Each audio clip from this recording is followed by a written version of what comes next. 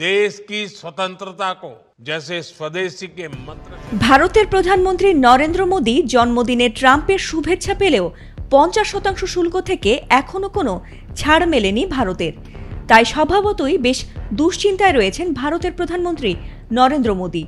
এমনকি ভারতীয়দের ভিসা ফি বাড়ানোতে বেশ ভেঙে পড়েছেন মোদী। অনেকেরই ধারণা দ্রুতই বুঝি ফুরিয়ে এসেছে তার ক্ষমতা, কিন্তু হঠাৎ জাতির উদ্দেশ্যে ভাষণের ঘোষণা দিয়েছিলেন তিনি, আর তাতে বাড়তে থাকে জল্পনা কল্পনা।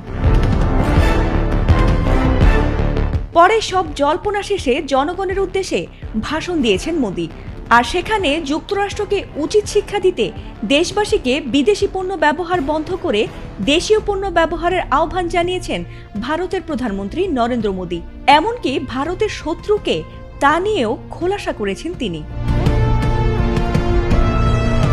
রোববার সন্ধ্যায় দেয়া সেই ভাষণে তার বক্তব্যে ছিল স্পষ্ট বার্তা, ভারতীয়দের উচিত ভারতে তৈরি পণ্য কেনা, অর্থাৎ স্বদেশি পণ্য কেনা।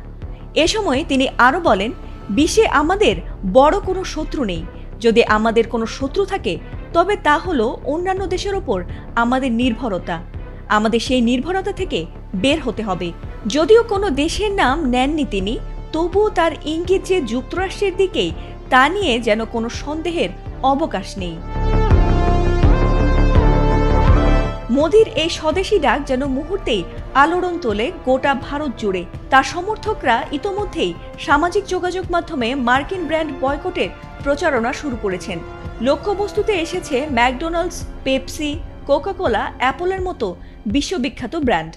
বিশেষ করে তরুণ প্রজন্মের কাছে যেসব পণ্য ব্যাপক জনপ্রিয়, সেগুলোকেই টার্গেট করা হচ্ছে মূলত। ভারতের স্থানীয় শিল্প খাত এই ঘোষণাকে স্বাগত জানিয়েছে।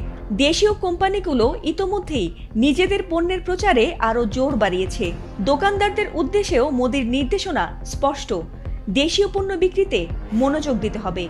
তার দাবি, দেশীয় পণ্যের চাহিদা বাড়লে অর্থনৈতিক প্রবৃদ্ধিও আরও ত্বরান্বিত হবে। 140 কোটি মানুষের বিশাল বাজারের দেশ ভারত বহু বছর ধরে যুক্তরাষ্ট্রের ভোক্তা পণ্যের অন্যতম প্রধান গন্তব্য। ফলে মোদীর এই আহ্বান নিঃসন্দেহে যুক্তরাষ্ট্রের জন্য একটি বড় ধাক্কা হতে যাচ্ছে বলেই মনে করা হচ্ছে। ফাতিমা সুলতানা, এটিএন বাংলা।